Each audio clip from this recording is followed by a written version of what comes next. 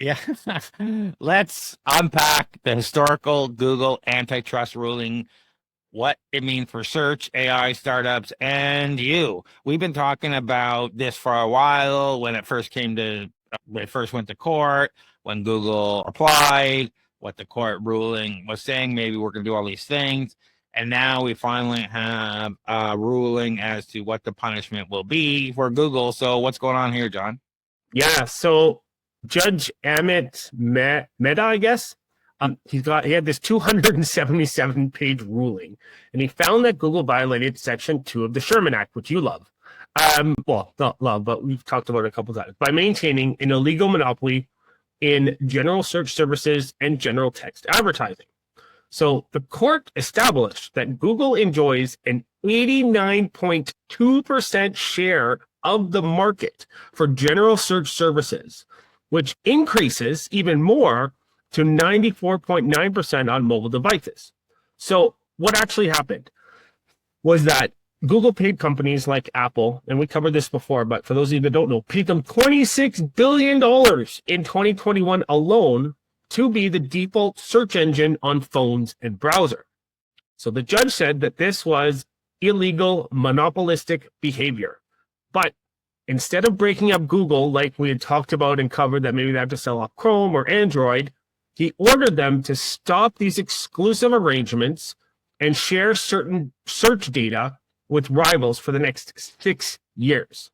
Now, why does this matter? What is this actually going to make an impact? Well, it's the first major antitrust win against big tech since Microsoft in the late 1990s. So, while Google is able to keep its core business intact, I guess this kind of opens up the door for more competition in search.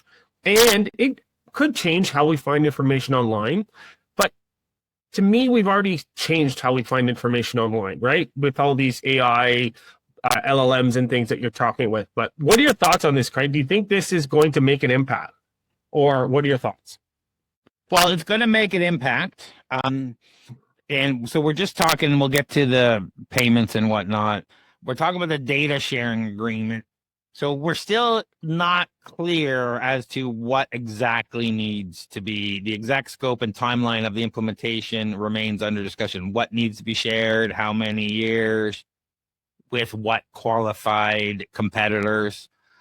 So, the requirement targets company like DuckDuckGo and other search engines so that they'll have access to this historical data, can tune their search engines based on user behavior that they've had for years and whatnot. So I guess that allows the new up-and-comers, I'm thinking less DuckDuckGo and more of Comet and what OpenAI is doing and whatnot, to say, oh, great, we'll grab this data and we'll build it into our search engine and potentially leapfrog Google because they're giving us this information. So I think it helps the competition, but the competition was heating up anyway, as everyone has to change. Like, if you haven't noticed, Google's great at serving you targeted ads for exactly what you want, but the articles and what it serves below the targeted ads aren't that great. So it feels like they're not giving you the highest quality results on purpose to keep you there longer, to force you to go to their ads. There's all sorts of videos on that out there.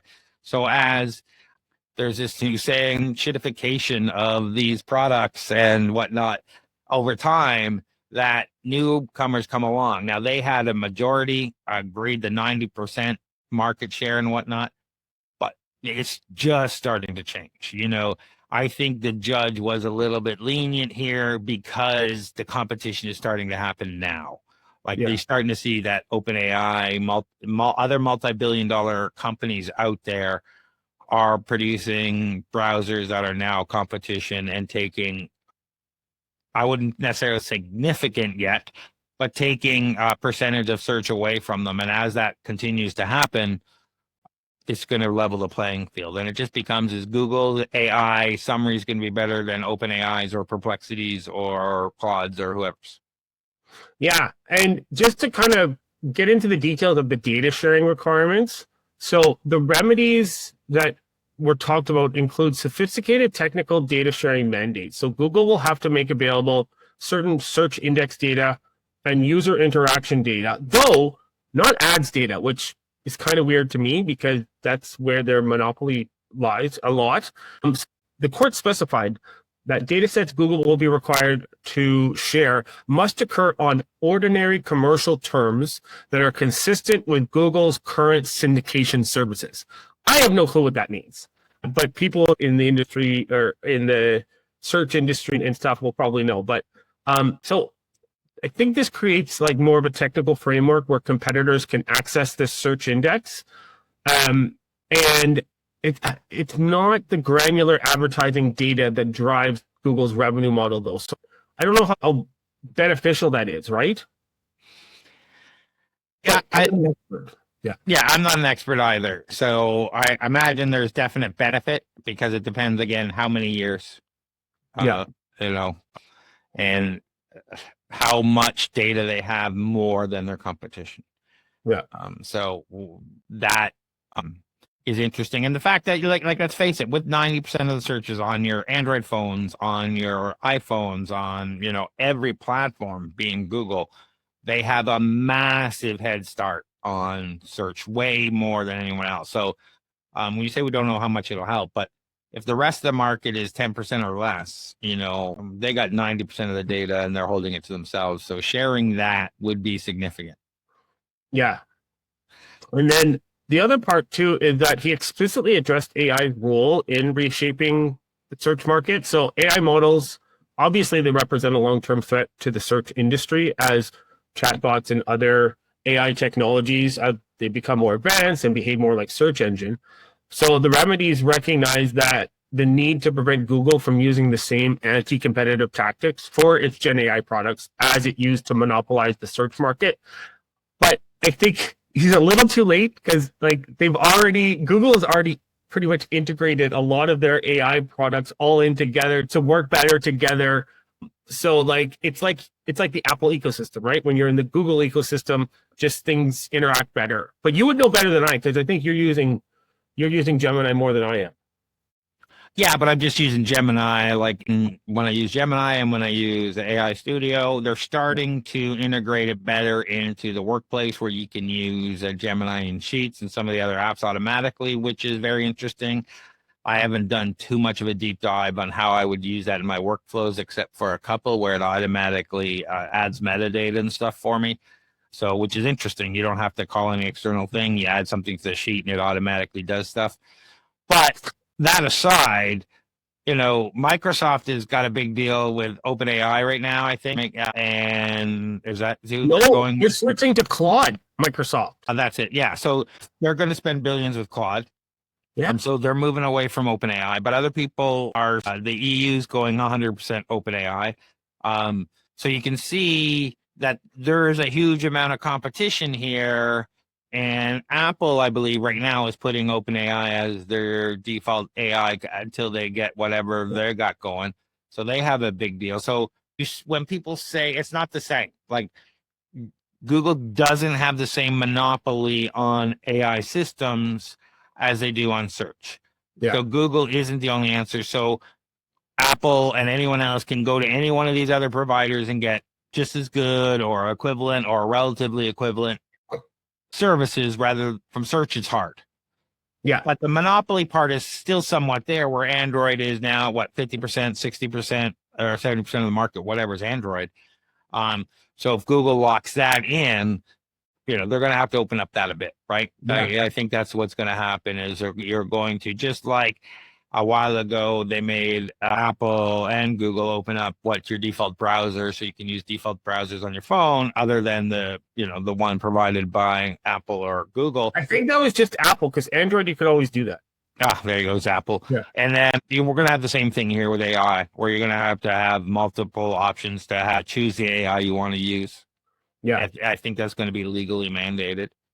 So we're talking about these strategies. I'm seeing Perplexity, because we don't really talk about Perplexity much, but I feel like they're doing more of the partnerships with companies like Rogers and things like that. Because Rogers now, if you're a Rogers customer, you get Perplexity Pro.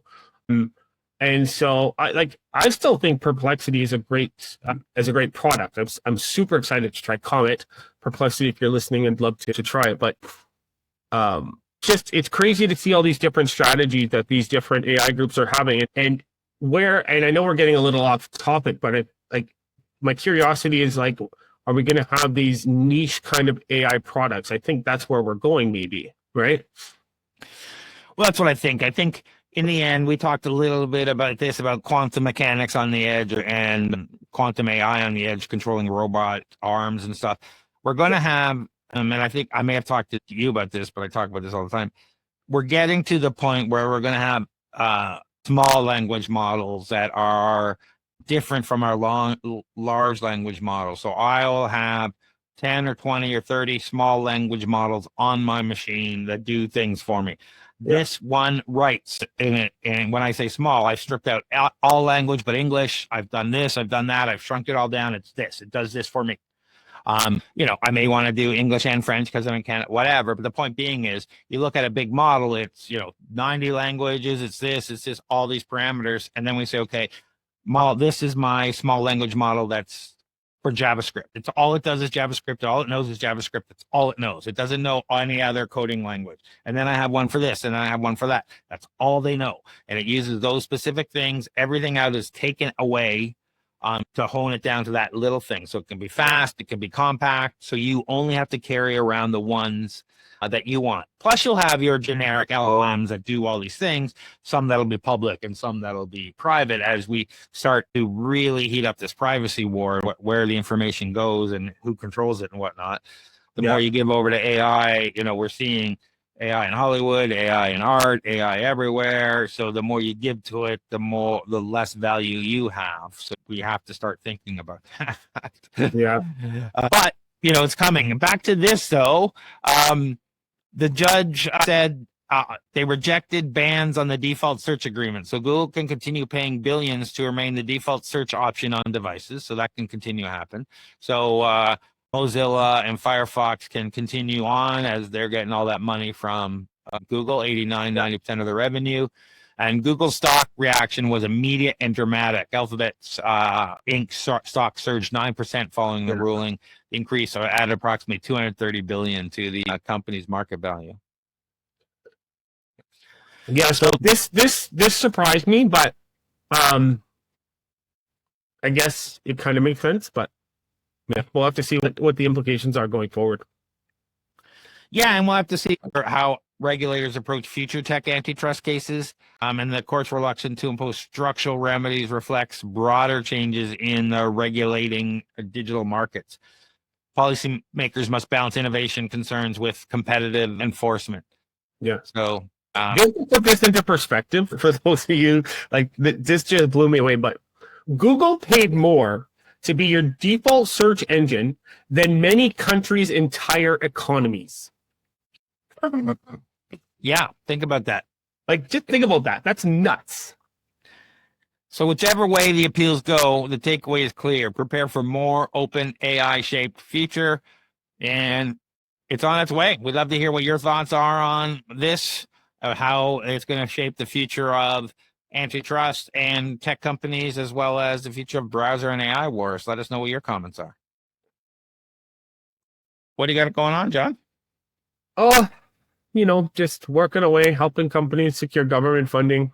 Maybe heading to a couple events. Not sure what's coming up. So this will probably come out after Elevate. Yeah. So Elevate probably would have been a great time. But yeah, how about you, Craig? What do you have? So assuming it's in November, we've got a Flowgrammer event and a Toronto Startup Investor Drinks. If you're in the GTA area and want to learn or be part of a Flowgrammer, N8N, or Vibe Coding meetup group, join us. Go to flowgrammer.ca and check out the upcoming events and join us. If you want to find out more about how to take your startup to the next level, head over to torontostartups.com. Our events there, Startup Investor Drinks. So we do monthly. It's open bar, open pitch. It's an intimate event, and the conversations are next level. So check all that out there, and we'll see you in the future. Anything else, John? No, that's it. So thanks, everyone, for listening. Don't forget to like and subscribe and leave a comment. We really appreciate it. Have a great one.